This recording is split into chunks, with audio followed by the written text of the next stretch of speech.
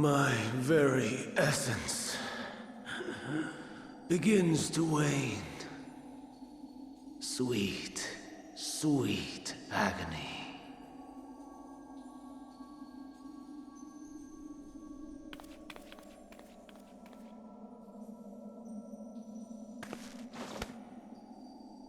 Lead this to him.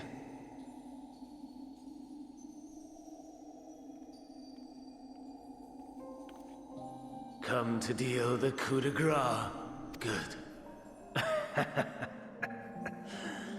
Watching you struggle against the inevitable is bad comedy. Erase me from existence, soul and all.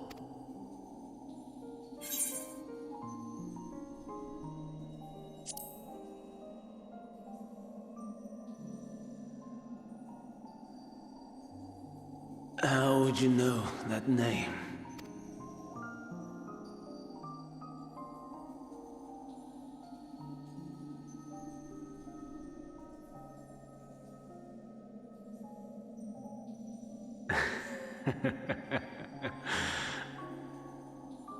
Then it was you. In Elpis. With Aitiascope. The final pieces fall into place. In my halcyon days, as the mortal Amon, I was haunted by a dream. Night after night, the faceless multitude, the voiceless cries, shards of shattered memories. But slowly, the fog began to clear. This was Elpis. And I was Hermes. Recurring though it was, I paid this dream little heed. It was only when I was granted the seat and memories of Fandaniel that I knew these visions to be true. They were the memories of Hermes that he himself erased using the power of Kairos. Or so he thought. In his attempt to burn away the events of that fateful day, he succeeded only in searing them more deeply into his soul. My soul. Death failed to expunge them. No matter how many times it came. Rebirth after rebirth, from one Fandaniel to the next. I wonder, is Aitiascope adrift somewhere in this ethereal sea? In defeat, finally remembering your time together in Elpis? How it must gall him to be entrusted with knowledge of the final days, only to be rendered powerless to act upon it. So many lifetimes dedicated to restoring his beloved Amon in blissful ignorance. Oh, folly. But make no mistake. My life as Hermes is not the reason I invited the world's end. I have lived. I have struggled. I have dredged the very depths of despair. And in the detritus of existence, I found the truth. I served a great ruler, powerful beyond measure. The world his dominion. Yet even he and his vast empire were destined to fall. To become one with oblivion. At the end of life's journey lies only death. So I ask you, why live at all? We betray, we torment, we murder. We are wicked, spiteful creatures, without exception. If life is so sacred, so precious, why fill it with such misery? Man wallows in a hell of his own making without purpose or meaning.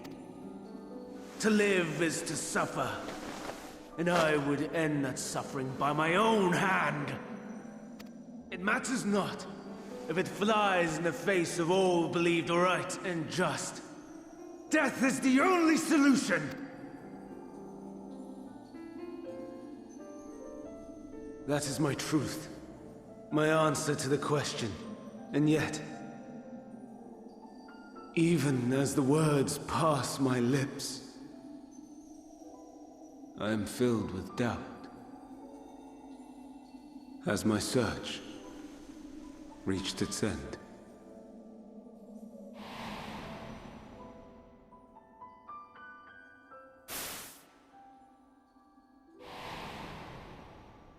Was this the only way?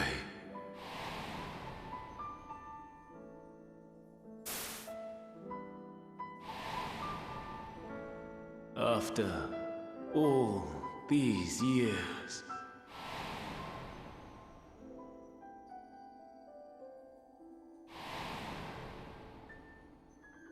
Is this the answer I was hoping for?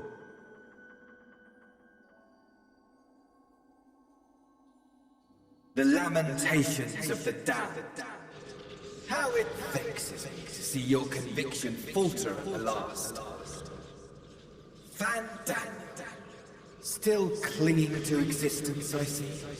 You, who champion death so fervently, unwilling to accept your own, refusing to be purified and swept into the sea of souls. As do I. We prisoners to memory, watching as the world turns. Though unlike me, you will be spared the ignominy of having your corpse made a puppet, dancing to another's tune. Is that Arsahi? How very astute. But let me be clear, I have not come to consort with the likes of you. Nor have I come to bemoan the state of the world following my untimely demise. In fact, I delight in mankind's downfall, and the anguish it brings the savior of the savages. If I played some small part in the chaos, all the better. Not that I was in any position to resist. But to be made accomplice to the betrayal of Lord Xenos. I would die 1,000 deaths to exact my vengeance.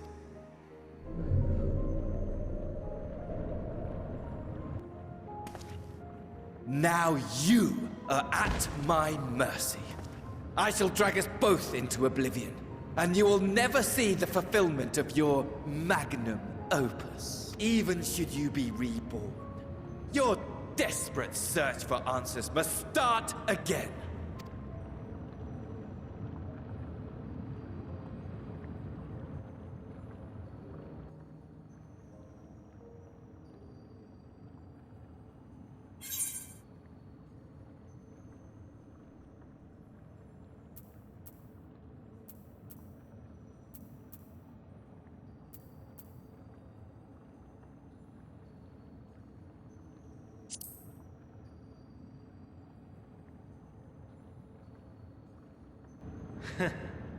And what might that be? My wish is all but granted. To die and take you all with me.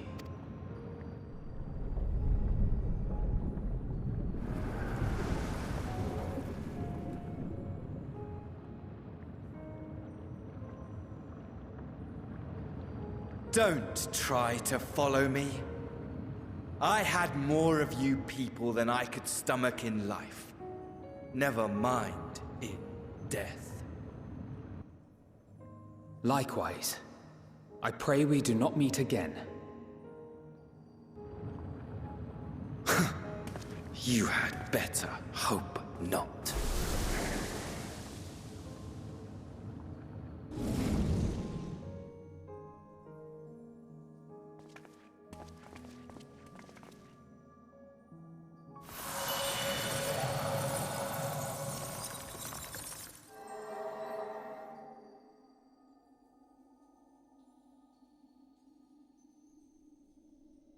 Come. Hydaelyn is waiting.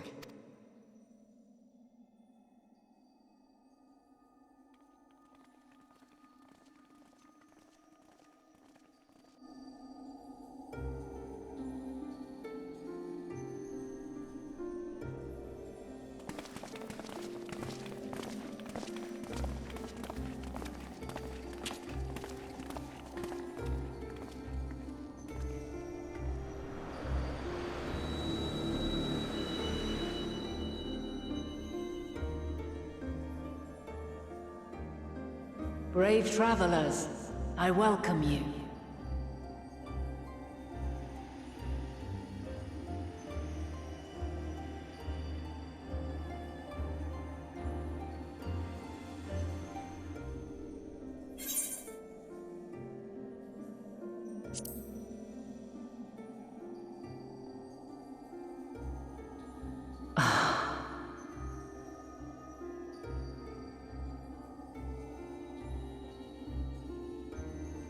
I see. Thou didst journey unto Elpis. And now, the rivers of time converge.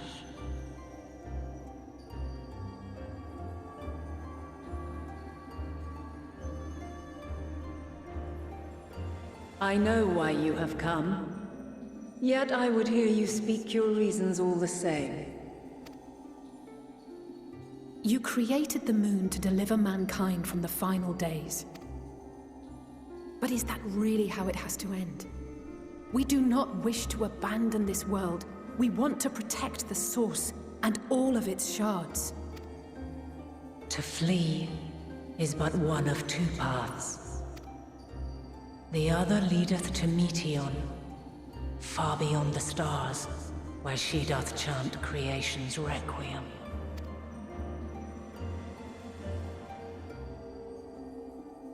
Her domain is formed of dynamis, pure, absolute. Where emotion and memory govern all, ether will avail you naught. Meteion hath gathered the pain and despair of countless stars, and to go unprepared is to go unto your doom. We'll beat her. We'll win. I swear it. Is what I might have said, once. After everything I've seen, all the times I've succumbed to my own anger and fear. I can no longer pretend that courage and faith will be enough. But are we truly so powerless? That our only choice is to flee? Far from it, my child. Long ago, the inhabitants of myriad stars, many more prosperous than Aetheris, sought to free their worlds from life's woes. Sorrow and anger, conflict and hostility, despair, and even death itself. But as Meteion reported, every attempt ended in failure. Darkness abideth within every living being and can never be cast out. Neither reason nor faith can challenge this immutable truth. To live is to suffer, and in suffering, find strength, and purpose, and hope. As you have done so many times before. Thou dost pursue an impossible dream, yet knowing this, you pursue it nevertheless. And thou hast learned to depend on others as they do thee. Thy yearning for the power to save the powerless hath ever driven thee to greater heights. Thou hast grown strong. Though those closest to thee no longer walketh by thy side, their love remaineth thy guiding light. For duty's sake, thou hast been bound by truths unutterable time and time again. Yet thy heart hath never wavered, as thy companions will attest. In thy pursuit of mysteries great, all thou believest is brought into question. Undaunted, thy thirst for knowledge remaineth unquenched.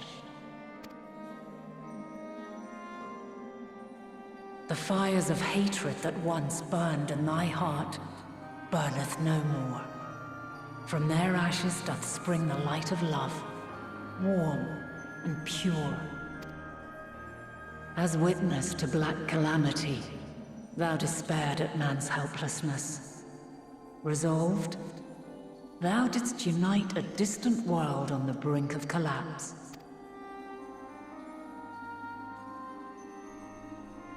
And thou, my champion, when all did seem lost, thou never abandoned hope.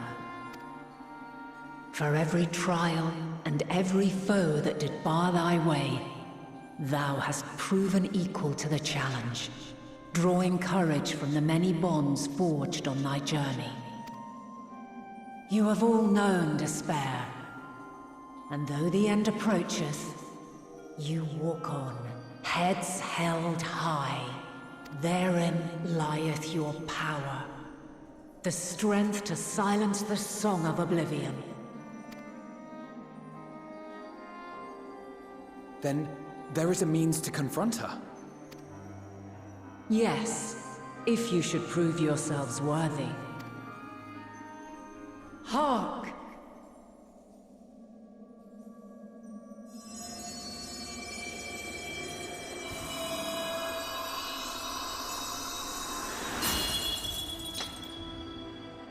Nigh impossible is it to send mortals to the edge of the universe.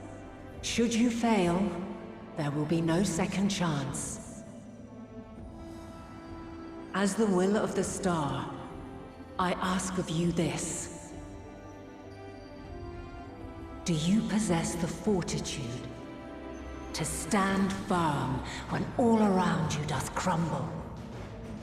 Do you possess the faith to vanquish despair itself?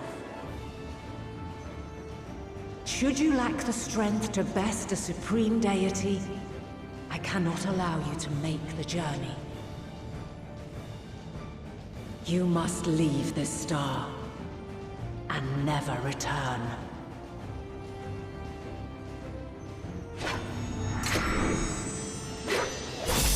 Prepare yourselves. Prove ourselves worthy, eh? Sounds straightforward enough. Aye. No room for confusion there. In any case, we've come too far to back down now. I am of the same mind. What power I have, I shall bring to bear. The three of you seem to be forgetting who we're up against. It's not every day we battle a divine being of untold power. Well, not quite every day. Do try not to get underfoot. Needless to say, there'll be no margin for error. Let us hold nothing back. For the people of this world and those beyond the rift.